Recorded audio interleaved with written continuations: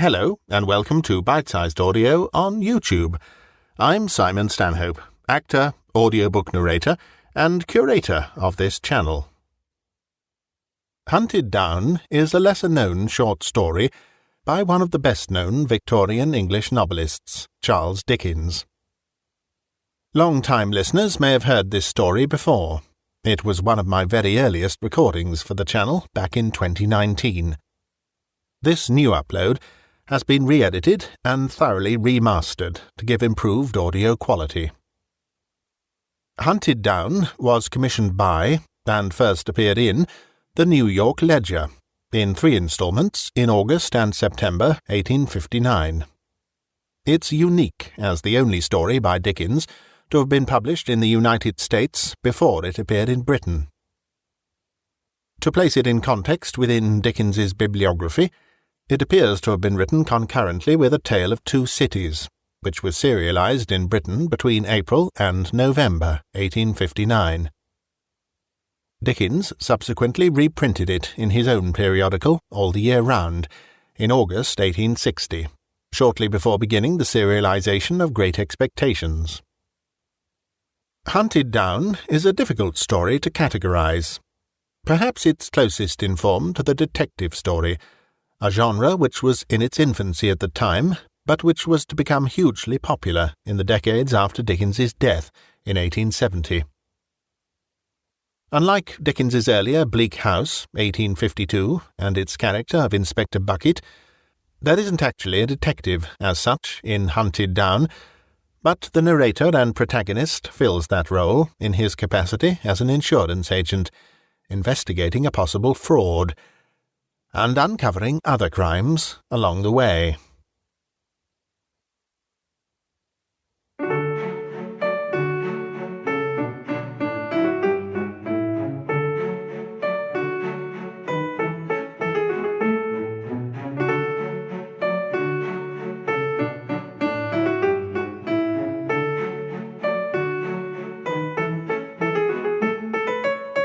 Hunted Down by Charles Dickens. Read by Simon Stanhope. Most of us see some romances in life. In my capacity as chief manager of a life assurance office, I think I have, within the last 30 years, seen more romances than the generality of men, however unpromising the opportunity may, at first sight, seem. As I have retired and live at my ease, I possess the means that I used to want of considering what I have seen at leisure. My experiences have a more remarkable aspect, so reviewed, than they had when they were in progress. I have come home from the play now, and can recall the scenes of the drama upon which the curtain has fallen, free from the glare, bewilderment, and bustle of the theatre. Let me recall one of these romances of the real world. There is nothing truer, I believe, than physiognomy, taken in connection with manner. The art of reading that book of which eternal wisdom obliges every human creature to present his or her own page, with the individual character written on it, is a difficult one, perhaps, and is little studied. It may require some natural aptitude, and it must require, for everything does, some patience and some pains. That these are not usually given to it, that numbers of people accept a few stock, commonplace expressions of the face as the whole list of characteristics, and neither seek nor know the refinements that are truest. That you, for instance, give a great deal of time and attention to the reading of music, Greek, Latin, French, Italian, Hebrew, if you please, and do not qualify yourself to read the face of the master or mistress looking over your shoulder, teaching it to you, I assume to be 500 times more probable than improbable. Perhaps a little self-sufficiency may be at the bottom of this. Facial expression requires no study from you, you think. It comes by nature to you to know enough about it, and you are not to be taken in. I confess, for my part, that I have been taken in, over and over again. I have been taken in by acquaintances, and I have been taken in, of course, by friends. Far oftener by friends than by any other class of persons. How came I to be so deceived? Had I quite misread their faces? No. Believe me, my first impression of those people, founded on face and manner alone, was invariably true. My mistake was in suffering them to come nearer to me, and explain themselves away. The partition which separated my own office from our general outer office in the city was of thick plate glass. I could see through it what passed in the outer office without hearing a word. I had it put up in place of a wall that had been there for years, ever since the house was built. It is no matter whether I did or did not make the change, in order that I might derive my first impression of strangers who came to us on business from their faces alone, without being influenced by anything they said. Enough to mention that I turned my glass partition to that account, and that a life assurance office is at all times exposed to be practised upon by the most crafty and cruel of the human race. It was through my glass partition that I first saw the gentleman whose story I am going to tell.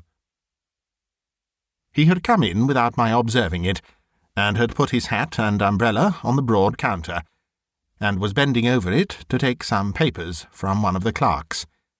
He was about 40 or so, dark, exceedingly well dressed in black, being in mourning, and the hand he extended with a polite air had a particularly well-fitting black kid glove upon it. His hair, which was elaborately brushed and oiled, was parted, straight up the middle, and he presented this parting to the clerk, exactly, to my thinking, as if he had said, in so many words, "You must take me, if you please, my friend, just as I show myself.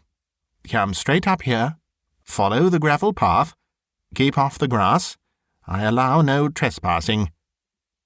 I conceived a very great aversion to that man the moment I thus saw him. He had asked for some of our printed forms, and the clerk was giving them to him and explaining them.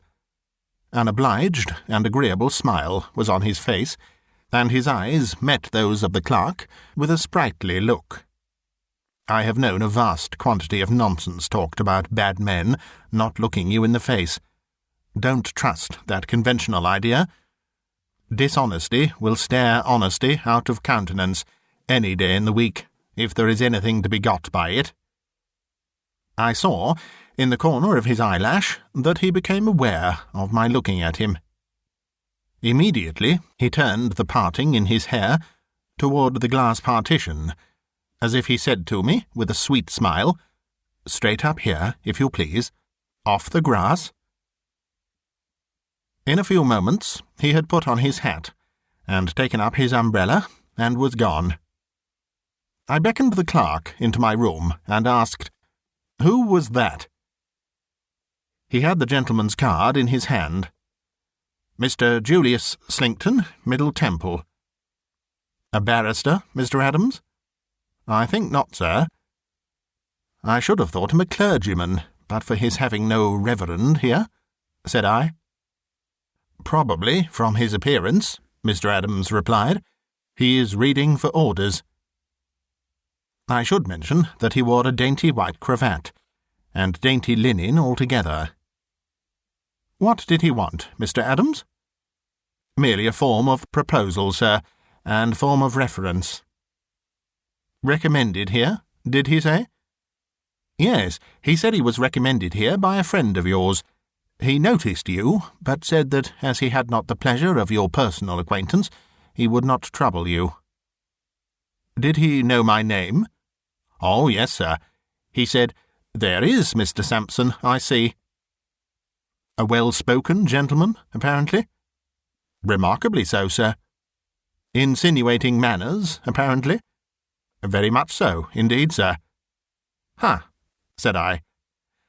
I want nothing at present, Mr. Adams." Within a fortnight of that day, I went to dine with a friend of mine, a merchant, a man of taste, who buys pictures and books, and the first man I saw among the company was Mr. Julius Slinkton. There he was, standing before the fire, with good large eyes and an open expression of face, but still, I thought, requiring everybody to come at him by the prepared way he offered, and by no other. I noticed him ask my friend to introduce him to Mr. Sampson, and my friend did so. Mr. Slinkton was very happy to see me. Not too happy, there was no overdoing of the matter. Happy in a thoroughly well-bred, perfectly unmeaning way. "I thought you had met," our host observed. "No," said Mr. Slinkton. "I did look in at Mr. Sampson's office on your recommendation, but I really did not feel justified in troubling Mr. Sampson himself on a point in the everyday routine of an ordinary clerk." I said I should have been glad to show him any attention on our friend's introduction. "I'm sure of that," said he, "and am much obliged. At another time, perhaps, I may be less delicate. Only, however, if I have real business, for I know, Mr. Sampson, how precious business time is, and what a vast number of impertinent people there are in the world." I acknowledged his consideration with a slight bow. "You were thinking," said I, "of effecting a policy on your life?" "Oh dear, no. I am afraid I am not so prudent as you pay me the compliment of supposing me to be, Mr. Sampson. I merely inquired for a friend. But you know what friends are in such matters. Nothing may ever come of it. I have the greatest reluctance to trouble men of business with inquiries for friends, knowing the probabilities to be 1,000 to 1 that the friends will never follow them up. People are so fickle, so selfish, so inconsiderate. Don't you, in your business, find them so every day, Mr. Sampson?" I was going to give a qualified answer, but he turned his smooth, white parting on me, with its "straight up here, if you please," and I answered, "Yes." "I hear, Mr. Sampson," he resumed presently, for our friend had a new cook, and dinner was not so punctual as usual, "that your profession has recently suffered a great loss." "In money?" said I. He laughed at my ready association of loss with money, and replied, "No, in talent and vigour." Not at once following out his allusion, I considered for a moment. "Has it sustained a loss of that kind?" said I. "I was not aware of it." "Understand me, Mr. Sampson. I don't imagine that you have retired. It is not so bad as that. But Mr. Meltham?" "Oh, to be sure," said I. "Yes, Mr. Meltham, the young actuary of the inestimable." "Just so," he returned, in a consoling way. "He is a great loss. He was at once the most profound, the most original, and the most energetic man I have ever known connected with life assurance." I spoke strongly, for I had a high esteem and admiration for Meltham, and my gentleman had indefinitely conveyed to me some suspicion that he wanted to sneer at him. He recalled me to my guard by presenting that trim pathway up his head, with its internal, not on the grass, if you please, the gravel. "You knew him, Mr. Slinkton?" "Only by reputation.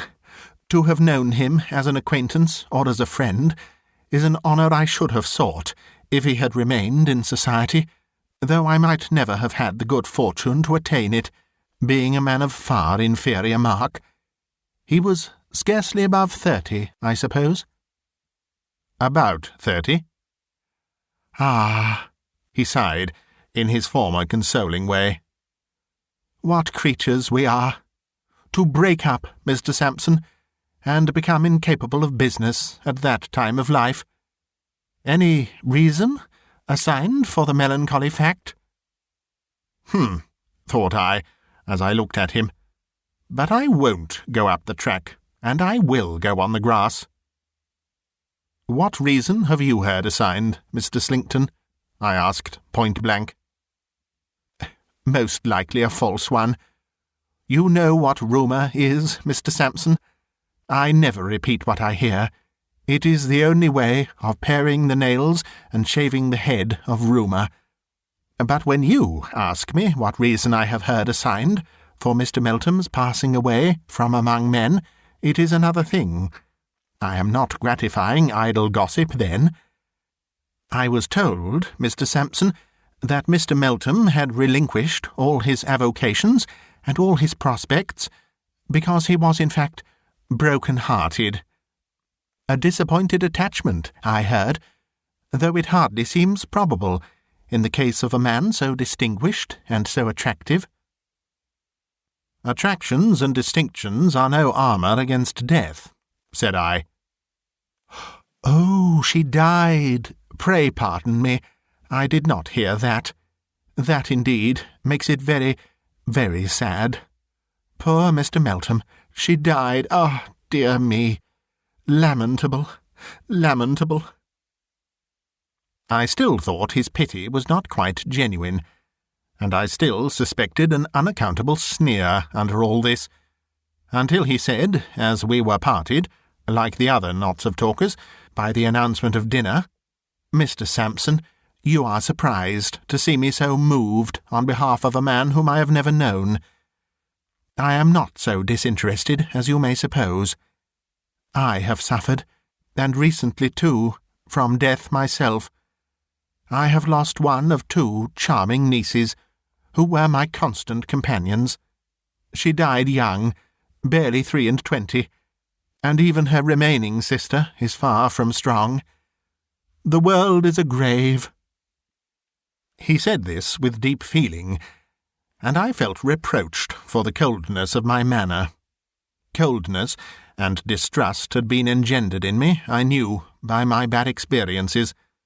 They were not natural to me, and I often thought how much I had lost in life, losing trustfulness, and how little I had gained, gaining hard caution. This state of mind being habitual to me, I troubled myself more about this conversation than I might have troubled myself about a greater matter. I listened to his talk at dinner, and observed how readily other men responded to it, and with what a graceful instinct he adapted his subjects to the knowledge and habits of those he talked with. As, in talking with me, he had easily started the subject I might be supposed to understand best, and to be the most interested in, so, in talking with others, he guided himself by the same rule. The company was of a varied character, but he was not at fault, that I could discover, with any member of it. He knew just as much of each man's pursuit as made him agreeable to that man in reference to it, and just as little as made it natural in him to seek modestly for information when the theme was broached. As he talked and talked, but really not too much, for the rest of us seemed to force it upon him, I became quite angry with myself. I took his face to pieces in my mind, like a watch, and examined it in detail. I could not say much against any of his features separately. I could say even less against them when they were put together. Then is it not monstrous, I asked myself, that because a man happens to part his hair straight up the middle of his head, I should permit myself to suspect and even to detest him? I may stop to remark that this was no proof of my sense.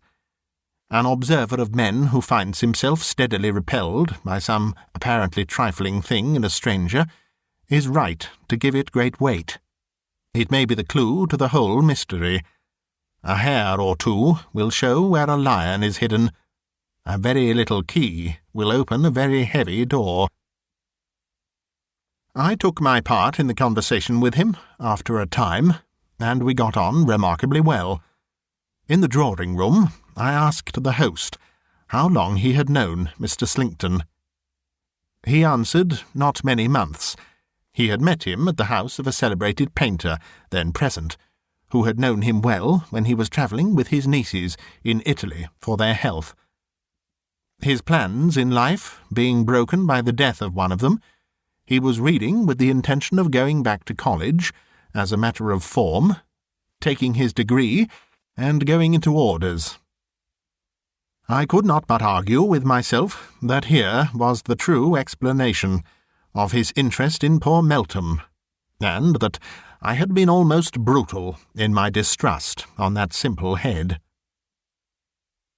On the very next day but one, I was sitting behind my glass partition, as before, when he came into the outer office, as before. The moment I saw him again, without hearing him, I hated him worse than ever. It was only for a moment that I had this opportunity, for he waved his tight-fitting black glove the instant I looked at him, and came straight in. "Mr. Sampson, good day. I presume, you see, upon your kind permission to intrude upon you. I don't keep my word in being justified by business, for my business here, if I may so abuse the word, is of the slightest nature." I asked, was it anything I could assist him in? "I thank you, no. I merely called to inquire outside whether my dilatory friend had been so false to himself as to be practical and sensible. But of course he has done nothing. I gave him your papers with my own hand, and he was hot upon the intention. But of course he has done nothing. Apart from the general human disinclination to do anything that ought to be done, I dare say there is a specialty about assuring one's life. You find it like will-making. People are so superstitious, and take it for granted they will die soon afterwards. Up here, if you please. Straight up here, Mr. Sampson. Neither to the right nor to the left." I almost fancied I could hear him breathe the words, as he sat smiling at me, with that intolerable parting exactly opposite the bridge of my nose. "There is such a feeling sometimes, no doubt," I replied, "but I don't think it obtains to any great extent." "Well," said he, with a shrug and a smile, "I wish some good angel would influence my friend in the right direction. I rashly promised his mother and sister in Norfolk to see it done, and he promised them that he would do it, but I suppose he never will." He spoke for a minute or two on indifferent topics, and went away. I had scarcely unlocked the drawers of my writing-table next morning when he reappeared. I noticed that he came straight to the door in the glass partition, and did not pause a single moment outside. "Can you spare me 2 minutes, my dear Mr. Sampson?" "By all means." "Much obliged," laying his hat and umbrella on the table. "I came early, not to interrupt you. The fact is, I am taken by surprise in reference to this proposal my friend has made."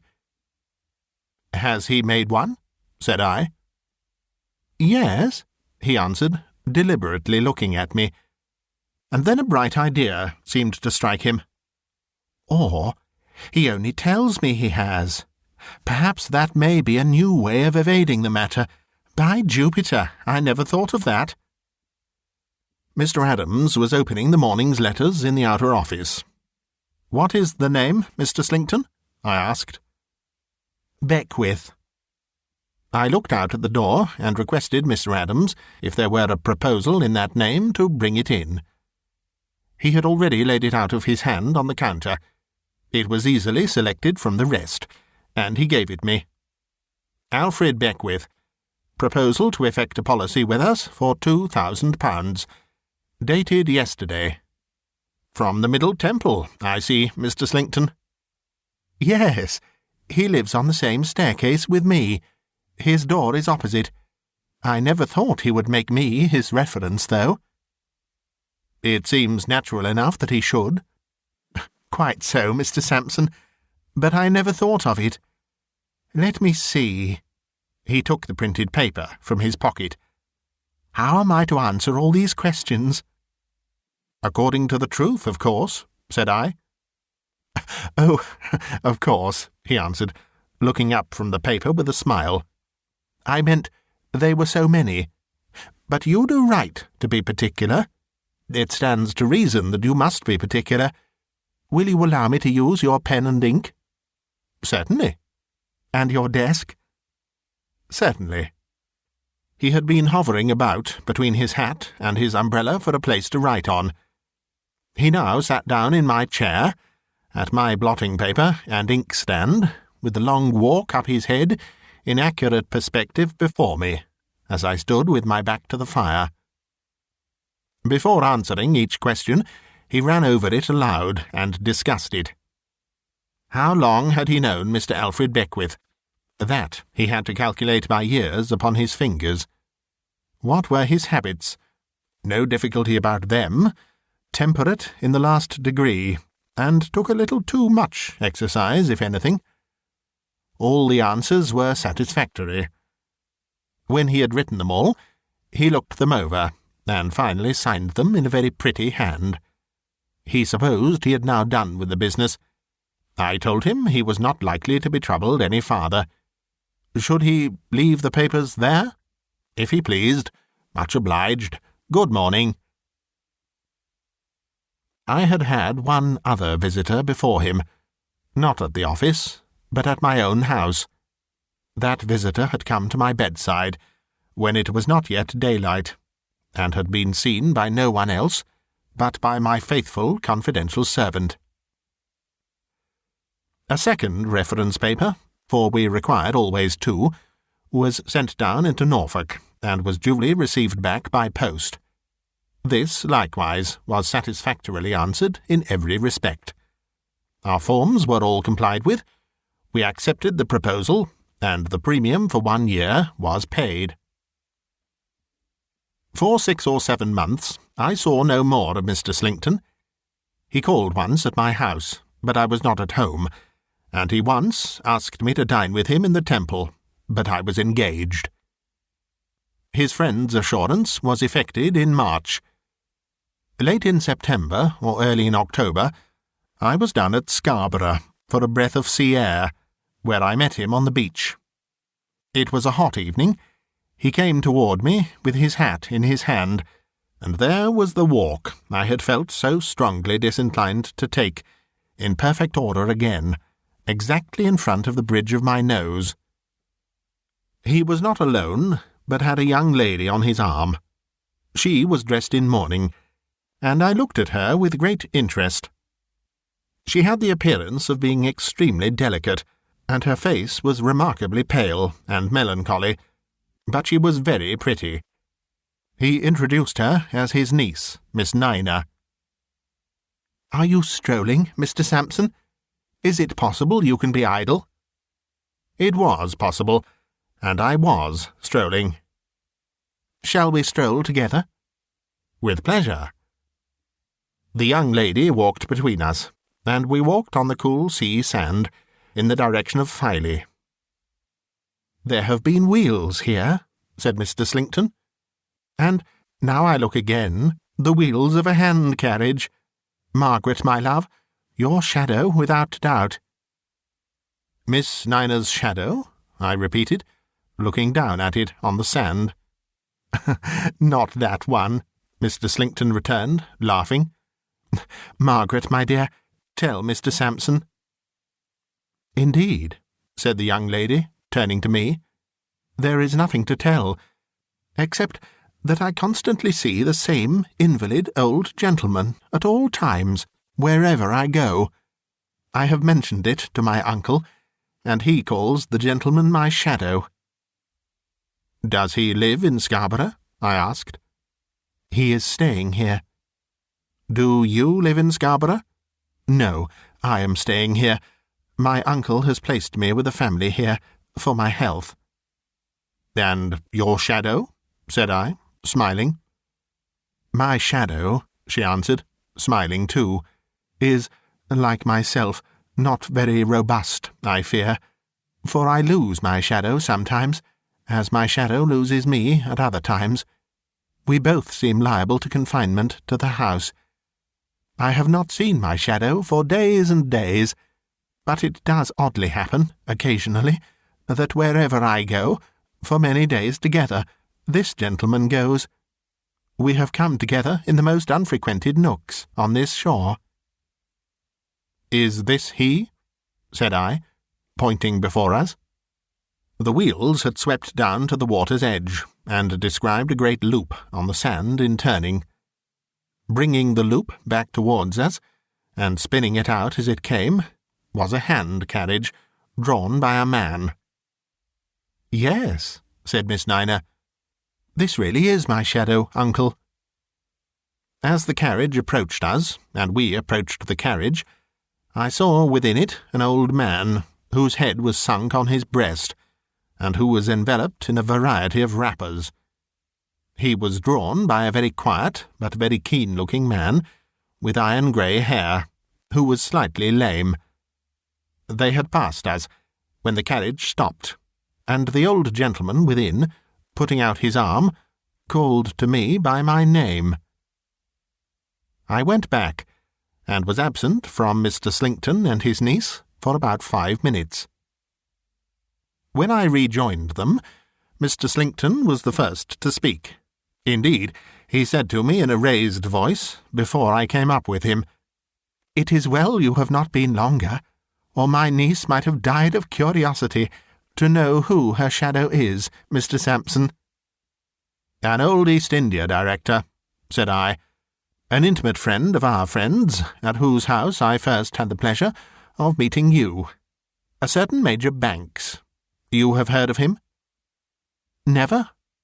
"Very rich, Miss Nina, but very old and very crippled. An amiable man, sensible, much interested in you. He has just been expatiating on the affection that he has observed to exist between you and your uncle." Mr. Slinkton was holding his hat again, and he passed his hand up the straight walk, as if he himself went up it serenely after me. "Mr. Sampson," he said, tenderly pressing his niece's arm in his, "our affection was always a strong one, for we have had but few near ties. We have still fewer now. We have associations to bring us together that are not of this world, Margaret." "Dear uncle," murmured the young lady, and turned her face aside to hide her tears. "My niece and I have such remembrances and regrets in common, Mr. Sampson," he feelingly pursued, "that it would be strange indeed if the relations between us were cold or indifferent. If I remember a conversation we once had together, you will understand the reference I make. Cheer up, dear Margaret. Don't droop. Don't droop. My Margaret, I cannot bear to see you droop." The poor young lady was very much affected, but controlled herself. His feelings, too, were very acute. In a word, he found himself under such great need of a restorative that he presently went away to take a bath of sea-water, leaving the young lady and me sitting by a point of rock, and probably presuming, but that you will say was a pardonable indulgence in a luxury, that she would praise him with all her heart. She did, poor thing. With all her confiding heart she praised him to me for his care of her dead sister, and for his untiring devotion in her last illness. The sister had wasted away very slowly, and wild and terrible fantasies had come over her toward the end, but he had never been impatient with her, or at a loss, had always been gentle, watchful, and self-possessed. The sister had known him, as she had known him, to be the best of men, the kindest of men, and yet a man of such admirable strength of character as to be a very tower for the support of their weak natures, while their poor lives endured. "I shall leave him, Mr. Sampson, very soon," said the young lady. "I know my life is drawing to an end, and when I am gone, I hope he will marry and be happy. I am sure he has lived single so long, only for my sake, and for my poor sisters." The little hand-carriage had made another great loop on the damp sand, and was coming back again, gradually spinning out a slim figure of 8, half a mile long. "Young lady," said I, looking around, laying my hand upon her arm, and speaking in a low voice, "time presses.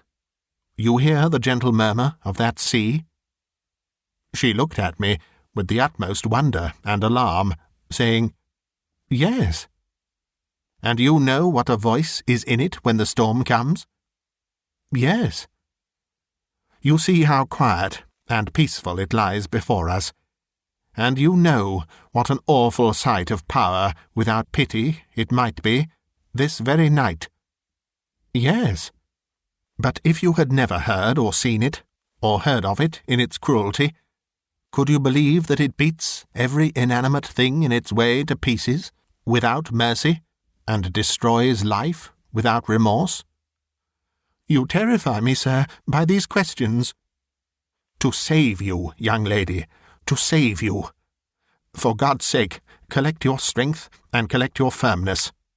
If you were here alone, and hemmed in by the rising tide on the floe to 50 feet above your head, you could not be in greater danger than the danger you are now to be saved from." The figure on the sand was spun out, and straggled off into a crooked little jerk that ended at the cliff very near us. "As I am, before heaven and the judge of all mankind, your friend, and your dead sister's friend, I solemnly entreat you, Miss Nina, without one moment's loss of time, to come to this gentleman with me." If the little carriage had been less near to us, I doubt if I could have got her away, but it was so near that we were there before she had recovered the hurry of being urged from the rock. I did not remain there with her 2 minutes. Certainly within 5, I had the inexpressible satisfaction of seeing her, from the point we had sat on, and to which I had returned, half supported and half carried up some rude steps notched in the cliff, by the figure of an active man. With that figure beside her, I knew she was safe anywhere.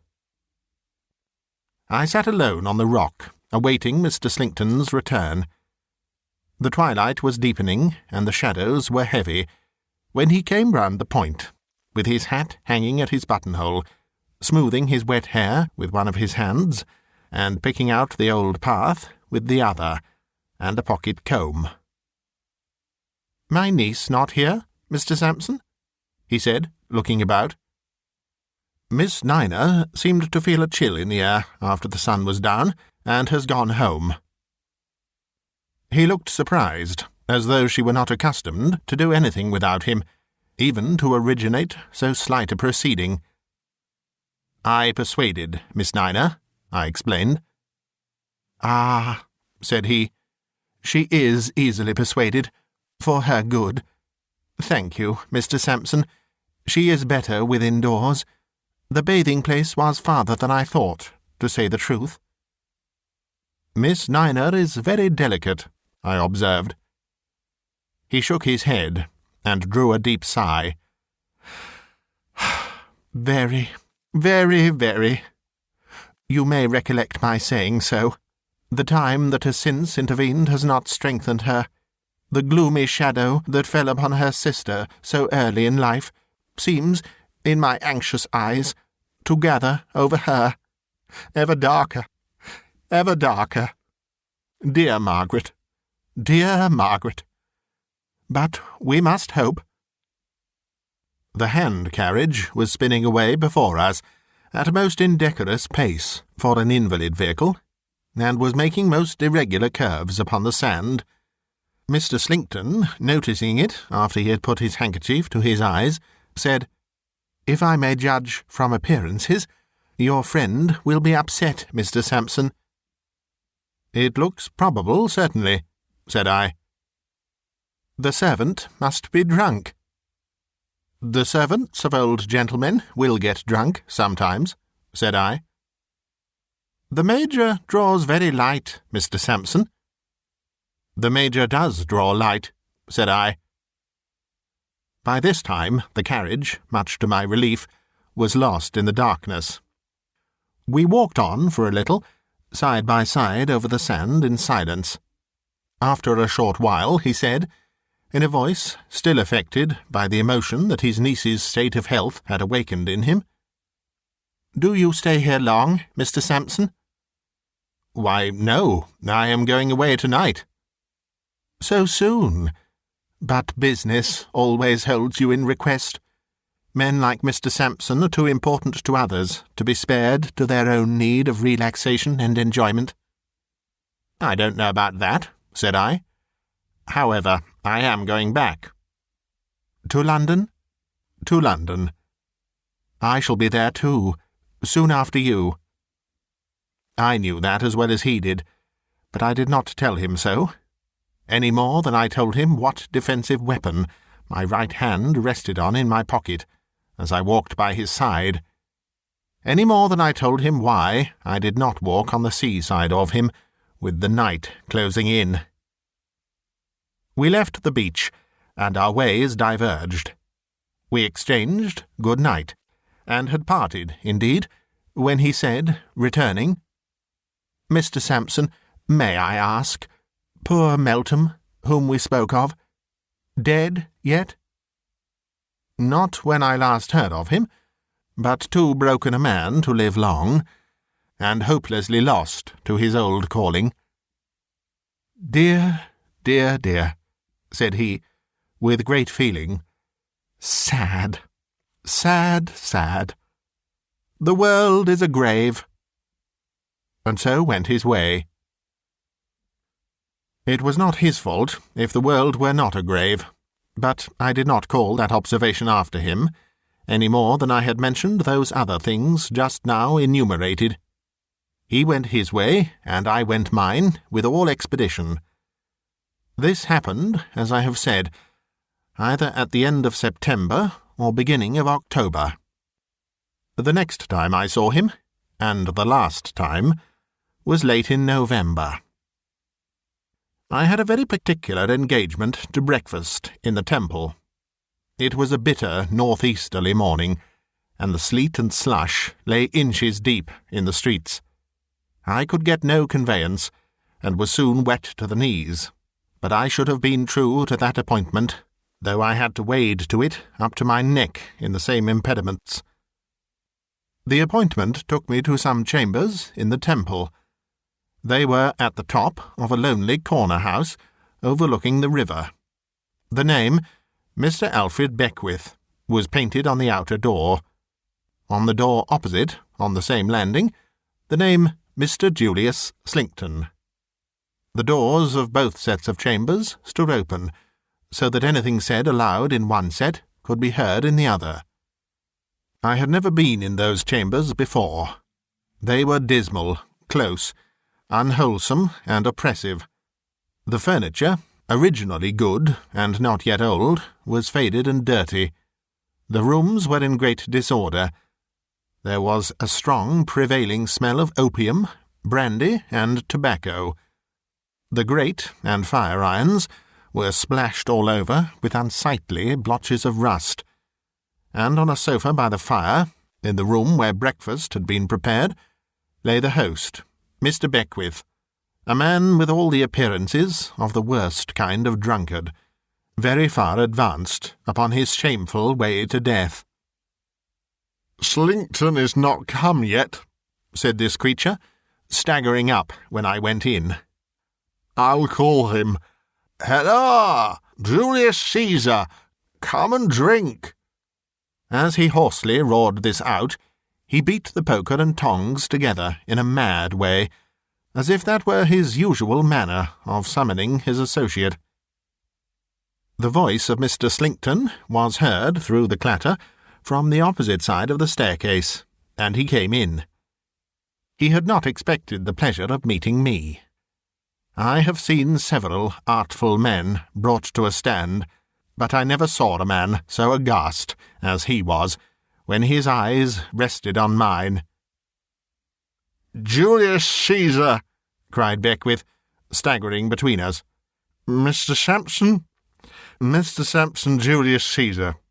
Julius, Mr. Sampson, is the friend of my soul. Julius keeps me plied with liquor, morning, noon, and night. Julius is a real benefactor. Julius threw the tea and coffee out of window when I used to have any. Julius empties all the water jugs of their contents and fills them with spirits. Julius winds me up and keeps me going. Boil the brandy, Julius." There was a rusty and furred saucepan in the ashes. The ashes looked like the accumulation of weeks, and Beckwith, rolling and staggering between us, as if he were going to plunge headlong into the fire, got the saucepan out and tried to force it into Slinkton's hand. "Boil the brandy, Julius Caesar. Come, do your usual office. Boil the brandy." He became so fierce in his gesticulations with the saucepan that I expected to see him lay open Slinkton's head with it. I therefore put out my hand to check him. He reeled back to the sofa and sat there panting, shaking and red-eyed, in his rags of dressing-gown, looking at us both. I noticed then that there was nothing to drink on the table but brandy, and nothing to eat but salted herrings and a hot, sickly, highly peppered stew. "At all events, Mr. Sampson," said Slinkton, offering me the smooth gravel path for the last time, "I thank you for interfering between me and this unfortunate man's violence. However you came here, Mr. Sampson, or with whatever motive you came here, at least I thank you for that." "Boil the brandy," muttered Beckwith. Without gratifying his desire to know how I came there, I said quietly, "How is your niece, Mr. Slinkton?" He looked hard at me, and I looked hard at him. "I'm sorry to say, Mr. Sampson, that my niece has proved treacherous and ungrateful to her best friend. She left me without a word of notice or explanation. She was misled, no doubt, by some designing rascal. Perhaps you may have heard of it." "I did hear that she was misled by a designing rascal. In fact, I have proof of it." "Are you sure of that?" said he. "Quite." "Boil the brandy," muttered Beckwith. "Company to breakfast, Julius Caesar. Do your usual office. Provide the usual breakfast, dinner, tea, and supper. Boil the brandy." The eyes of Slinkton looked from him to me, and he said, after a moment's consideration, "Mr. Sampson, you are a man of the world, and so am I. I will be plain with you." "Oh, no, you won't," said I, shaking my head. "I tell you, sir, I will be plain with you." "And I tell you, you will not," said I. "I know all about you. You plain with anyone? Nonsense! Nonsense!" "I plainly tell you, Mr. Sampson," he went on, with a manner almost composed, "that I understand your object. You want to save your funds and escape from your liabilities. These are old tricks of trade with you office gentlemen. But you will not do it, sir. You will not succeed. You have not an easy adversary to play against when you play against me. We shall have to inquire, in due time, when and how Mr. Beckwith fell into his present habits. With that remark, sir, I put this poor creature and his incoherent wanderings of speech aside, and wish you a good morning and a better case next time." While he was saying this, Beckwith had filled a half-pint glass with brandy. At this moment he threw the brandy at Slinkton's face, and threw the glass after it. Slinkton put his hands up, half blinded with the spirit, and cut with the glass across the forehead. At the sound of the breakage, a fourth person came into the room, closed the door, and stood at it. He was a very quiet, but very keen-looking man, with iron-grey hair, and slightly lame. Slinkton pulled out his handkerchief, assuaged the pain in his smarting eyes, and dabbled the blood on his forehead. He was a long time about it, and I saw that in the doing of it a tremendous change came over him, occasioned by the change in Beckwith, who ceased to pant and tremble, sat upright, and never took his eyes off him. I never in my life saw a face in which abhorrence and determination were so forcibly painted as in Beckwith's then. "Look at me, you villain," said Beckwith, "and see me as I really am. I took these rooms to make them a trap for you. I came into them as a drunkard to bait the trap for you. You fell into the trap, and you will never leave it alive.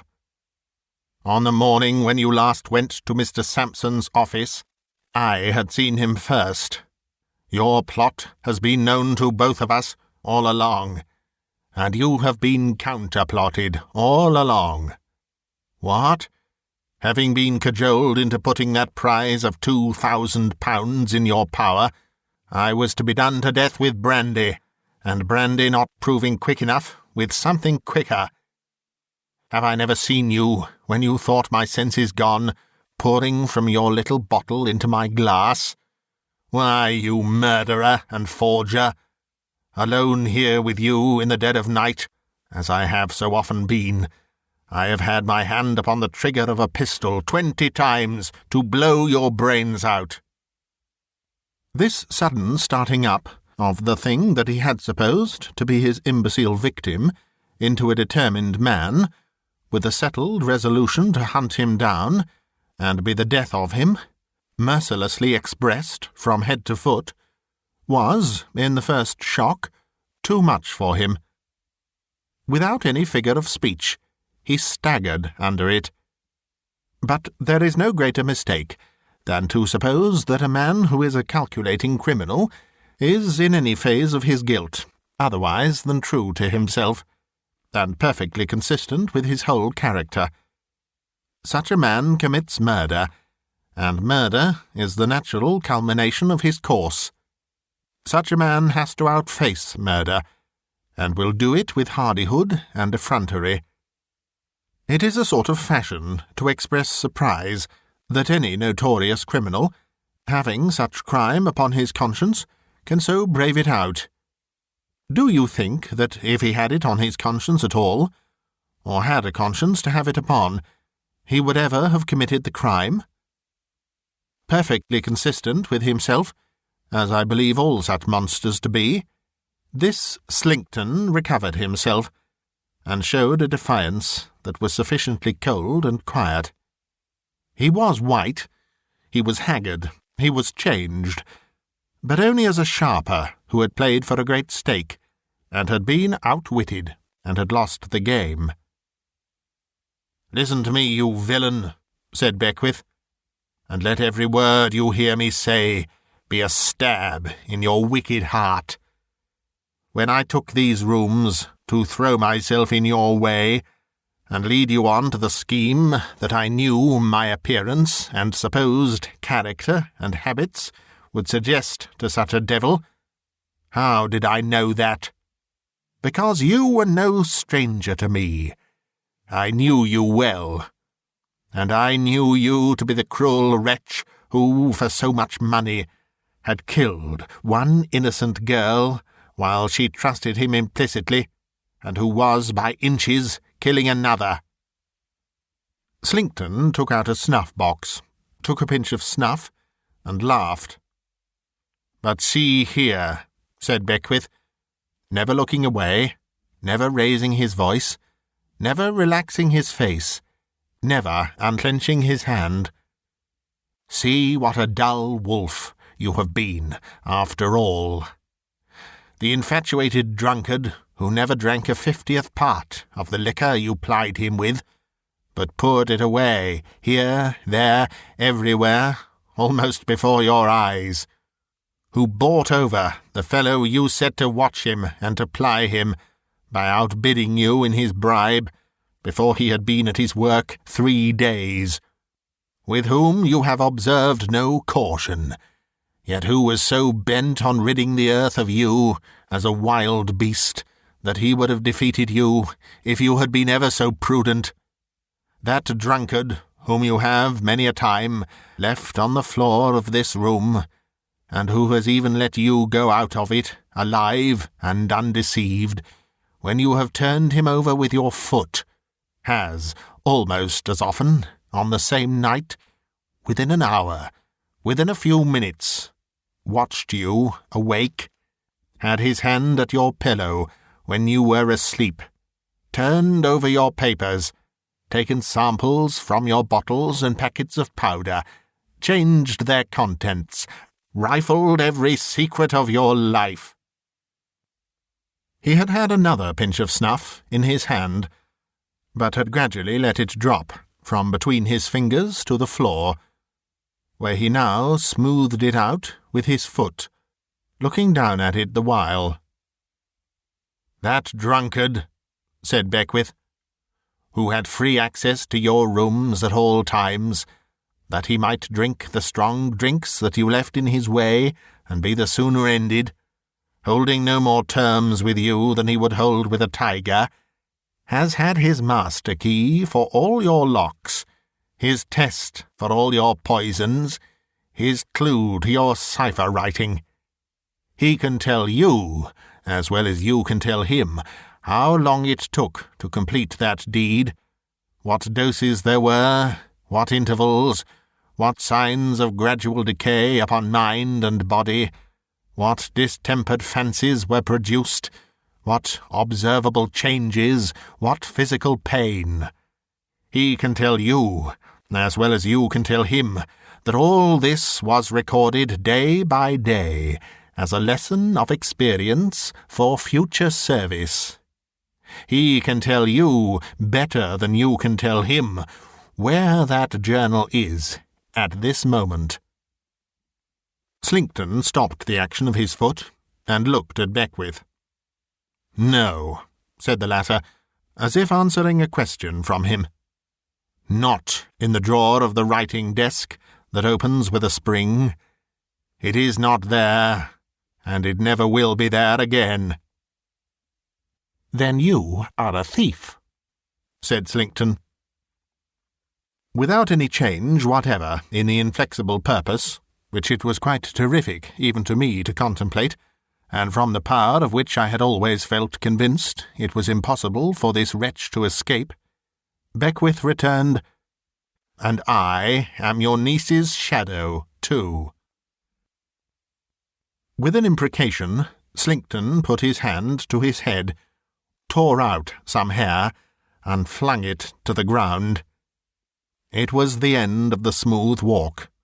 He destroyed it in the action, and it will soon be seen that his use for it was past.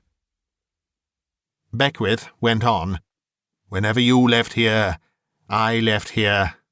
Although I understood that you found it necessary to pause in the completion of that purpose, to avert suspicion, still I watched you close with the poor confiding girl.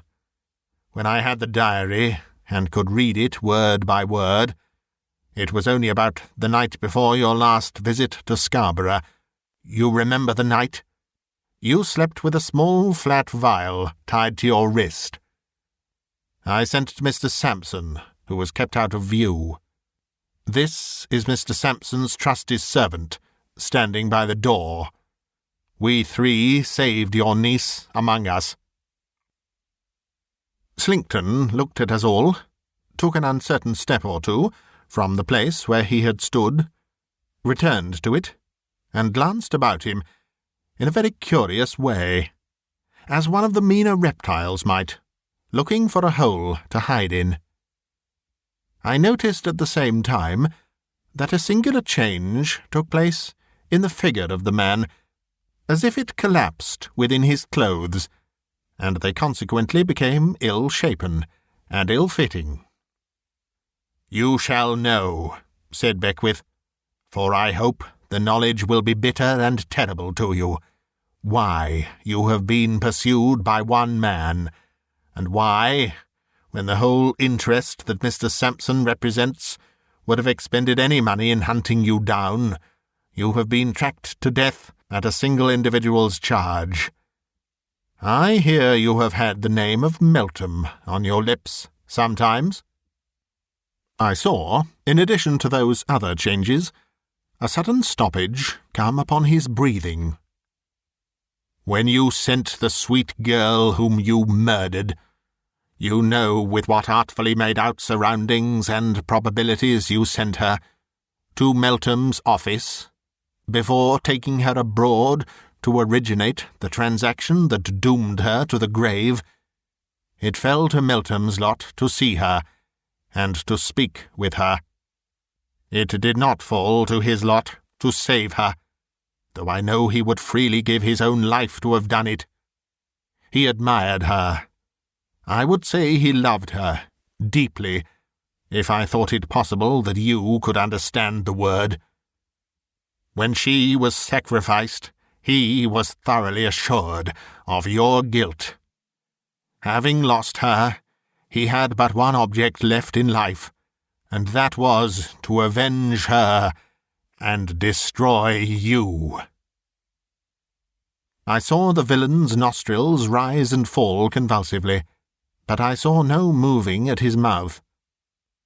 "That man, Meltham," Beckwith steadily pursued, "was as absolutely certain that you could never elude him in this world, if he devoted himself to your destruction with his utmost fidelity and earnestness, and if he divided the sacred duty with no other duty in life, as he was certain that in achieving it he would be a poor instrument in the hands of Providence, and would do well before heaven in striking you out from among living men.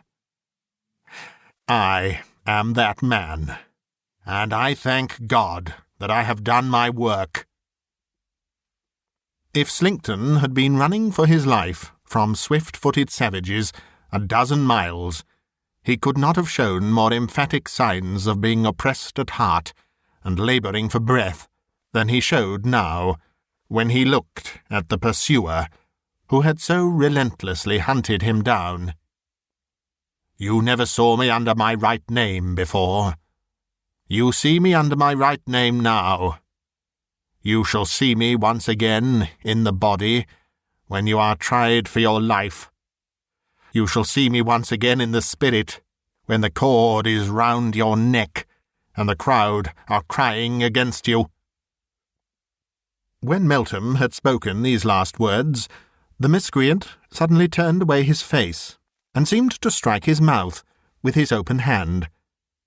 At the same instant, the room was filled with a new and powerful odour, and, almost at the same instant, he broke into a crooked run, leap, start, I have no name for the spasm, and fell with a dull weight that shook the heavy old doors and windows in their frames. That was the fitting end of him. When we saw that he was dead, we drew away from the room, and Meltham, giving me his hand, said, with a weary air, "I have no more work on earth, my friend, but I shall see her again elsewhere." It was in vain that I tried to rally him. He might have saved her, he said. He had not saved her, and he reproached himself. He had lost her, and he was broken-hearted. "The purpose that sustained me is over, Sampson, and there is nothing now to hold me to life. I am not fit for life. I am weak and spiritless. I have no hope and no object. My day is done." In truth, I could hardly have believed that the broken man who then spoke to me was the man who had so strongly and so differently impressed me when his purpose was before him. I used such entreaties with him as I could, but he still said, and always said, in a patient, undemonstrative way, nothing could avail him. He was broken-hearted. He died early in the next spring. He was buried by the side of the poor young lady for whom he had cherished those tender and unhappy regrets, and he left all he had to her sister. She lived to be a happy wife and mother.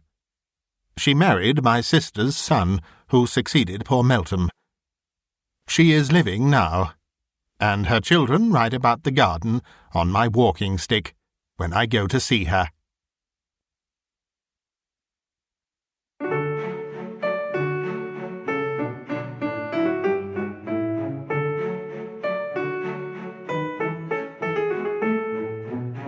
You've been listening to a bite-sized audiobook, read by me, Simon Stanhope. If you'd like to help me to keep producing new content, you can find links in the video description to my Patreon page, or to buy me a coffee. Another way to support me is through my Bandcamp page, bitesizedaudio.bandcamp.com, where you can hear my narrations of many more classic short stories, and you can also purchase and download them to keep. This recording is copyright Bitesized Audio 2022. Thank you for listening.